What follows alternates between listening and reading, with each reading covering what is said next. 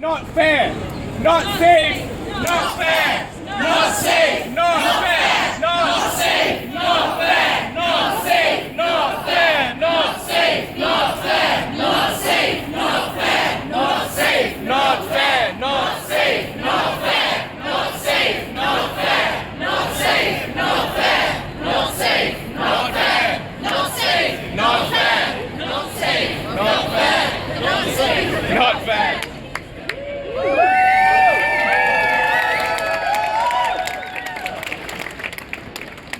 Right, friends and colleagues, so now we all know what the government is saying, we all know what Jeremy Hunt has been saying, that the BMA has walked out of negotiations, that the BMA doesn't want to talk to the government, that the BMA doesn't want to do anything with the negotiations, that we're just holding our hands back. But actually, from what I hear, that's just total nonsense. Because the BMA has agreed to enter into negotiations, you get into a table and the government tells you points 1 to 10 are non-negotiable, negotiate everything else. Excuse me, that's not a negotiation, that's an imposition. Yeah.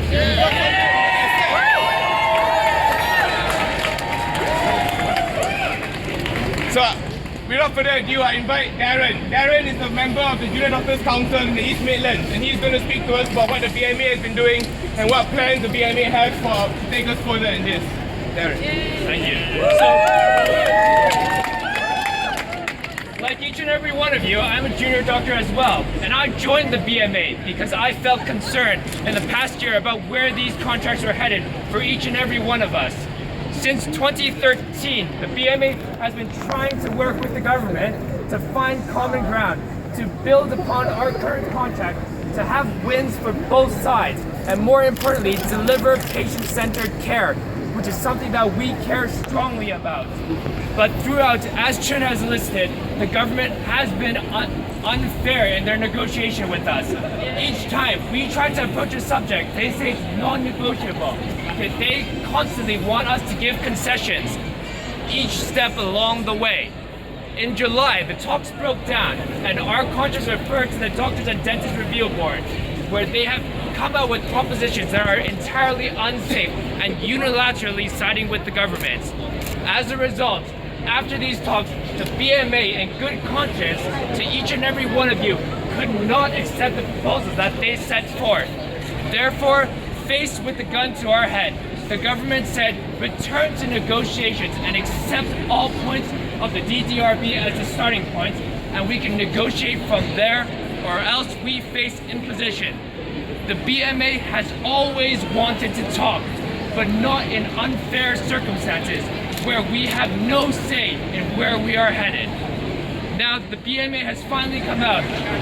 If any junior doctor wishes to be a part of our national action, the deadline is the 23rd of October to register with the BMA, to have a say in the ballot, and to take part in what is a generational moment in which we can actually enact change, positive change in the NHS, and have a safe contract for both us and, more importantly, patients. Thank you.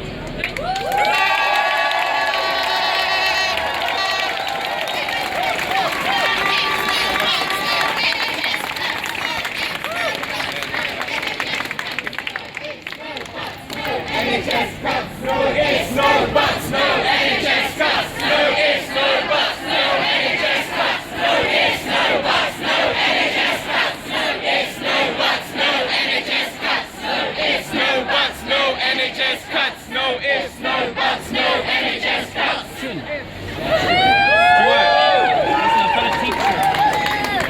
Yeah, alright, sure, yeah, shall I get it on? Yeah, that's alright. Thank you very much, thank you. I think the response that we've had so far from all of you today is overwhelming. I expected a few hundred. I think that's what we're going to get this afternoon, so that's absolutely amazing. And well done to everybody who's come down today and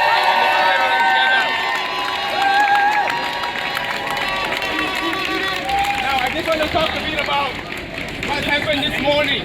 So obviously in the last couple of weeks, we've put forward the government and a parliamentary petition to Parliament to tell the government that the DDRB recommendations for junior contracts cannot and will not go through. We've got more than 10,000 signatures and the government has made a reply. And Jeremy Hunt has said this. He said he doesn't want doctors to work more than 48 hours a week. He's not going to cut junior doctors' pay. He's going to put safeguards in so that none of us have to work more hours than we should. Well, I say this to Jeremy Hunt. Very well done for putting all those points together. Exactly what we want, but where's the concrete evidence? No point saying it in a speech, no point saying it in an email, no point saying it in a response. You need to put it into the recommendation that the government sets out forward. He comes up with a lot of spin, a lot of action, a lot of talk, but there's no action, no concrete words, nothing has gone pen to paper to prove whatever that he has said. Let me tell you what the DDRB says. The actual recommendation talks about increasing hours from 60 to 90 hours as standard hours a week.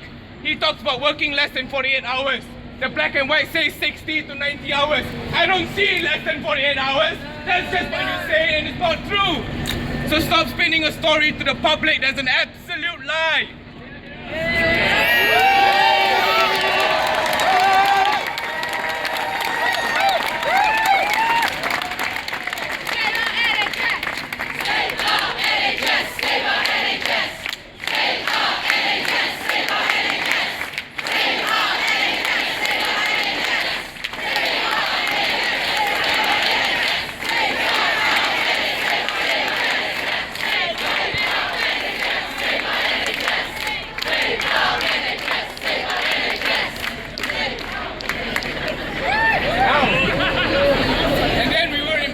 Last week, when the Shadow Health Secretary, Dr. Heidi Alexander, asked Mr. Hunt in Parliament, can you guarantee that no junior doctor will lose out in terms of pay, salary, and the imposition of these new contracts? And note, I say imposition because it was never a negotiation from the start.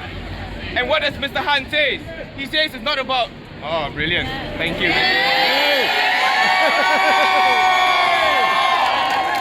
Well done, don't you get it? Order on Amazon. Thank you. What about their tax? Can I just bring up our friend over here who's brought a massive megaphone?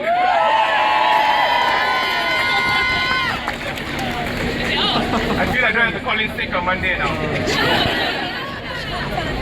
So what does Mr. Hunt say? Mr. Hunt says that the junior doctor bill will not be cut, but he cannot guarantee that no doctor will lose out in this imposition of the new contract. How is it that you, on one hand, you say no doctor is going to lose any money and lose any wages from this, and on the other hand, refuse to put concrete evidence and concrete facts behind the speak and the talk that he talks about? It's an absolute blasphemy of what he's saying. To say something and to do something totally different. That is something that is not acceptable. It's something that as doctors we were trained never to do. Do no harm. That's what we've been told in medical school. That's what it's on our GMC, good medical practice.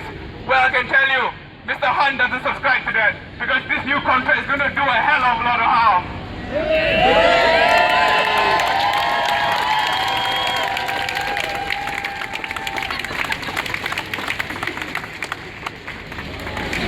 And I don't know if any of you had a chance to listen to any interviews done on the radio yesterday. A couple of me and my colleagues were on BBC Radio Nottingham trying to argue this whole issue with, we had a representative from the government, Mark Spencer, who's a Sherwood constituency MP. And he's basically just repeating what Mr. Hunt is saying about 48 hours and everything else, which is just all total nonsense. But I was asked about this question. Why this whole junior doctors contract is about imposing a 7-day NHS. Why are we against it? Well, I tell the public here today, and I tell all my friends and colleagues here today, we are not against a 7-day NHS. We are not against improving mortality rates over the weekend. What we are against is about telling the public that you want to implement something that already exists.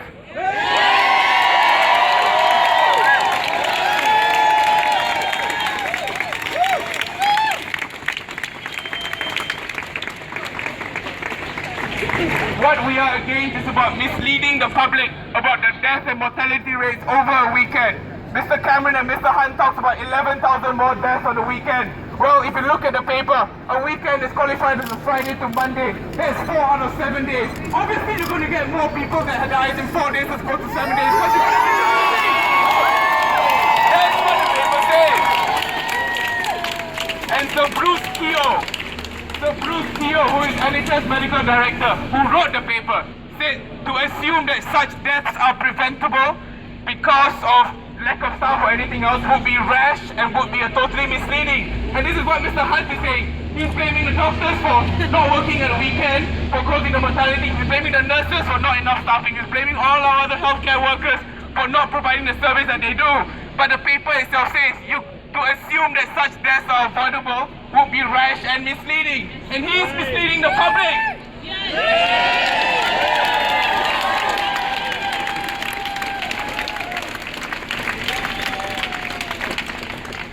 Well, I think if you're enough of me, you're going to get plenty of me a bit later on.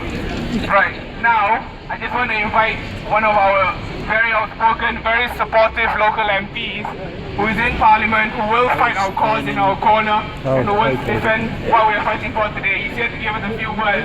I invite Mr. Vernon Coker, MP for Gatling.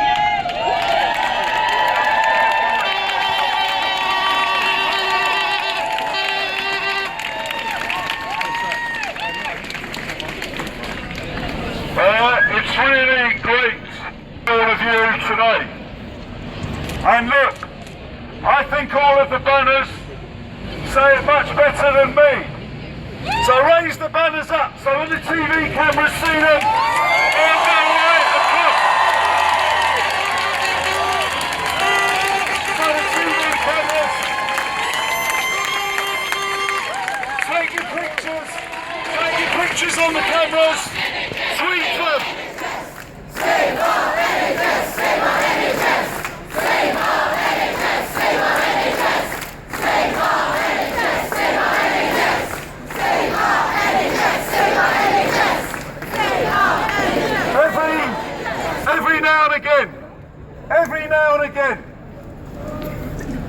and again there comes a time when you draw a line in the sand, when you say enough is enough, when you say we will not retreat anymore, when we say to a government which is acting unfairly, unjustly, that we will stand up for what we believe, which is the NHS, it's our patients, it's public service, and we will not have that devalued by somebody who seeks to impose an unfair contract on us and then pretend it's for the benefit of patients.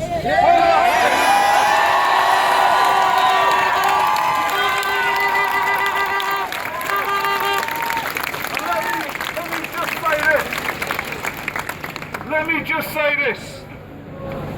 Today, it's the junior doctors. If you don't win, tomorrow it will be the other health professionals.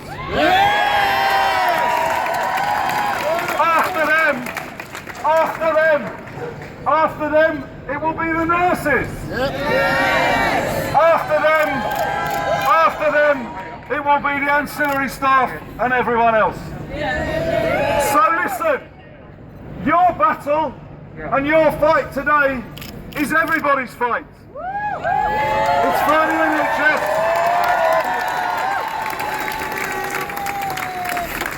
It's for the NHS. It's for the NHS, but in the end, let me just finish with this.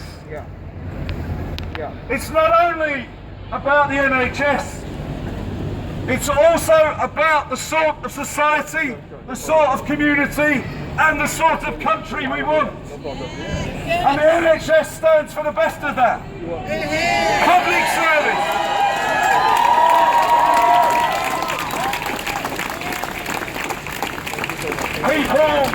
People given care, not on the basis of how rich they are, not on the basis of where they come from, but on the basis of the need that they have. You represent all that is best in our country, and no government can be allowed to take that away, and no government should be trying to take that away. Good luck with your campaign. We stand with you, and let's hope that you win, because you have to win. Thank you very much indeed.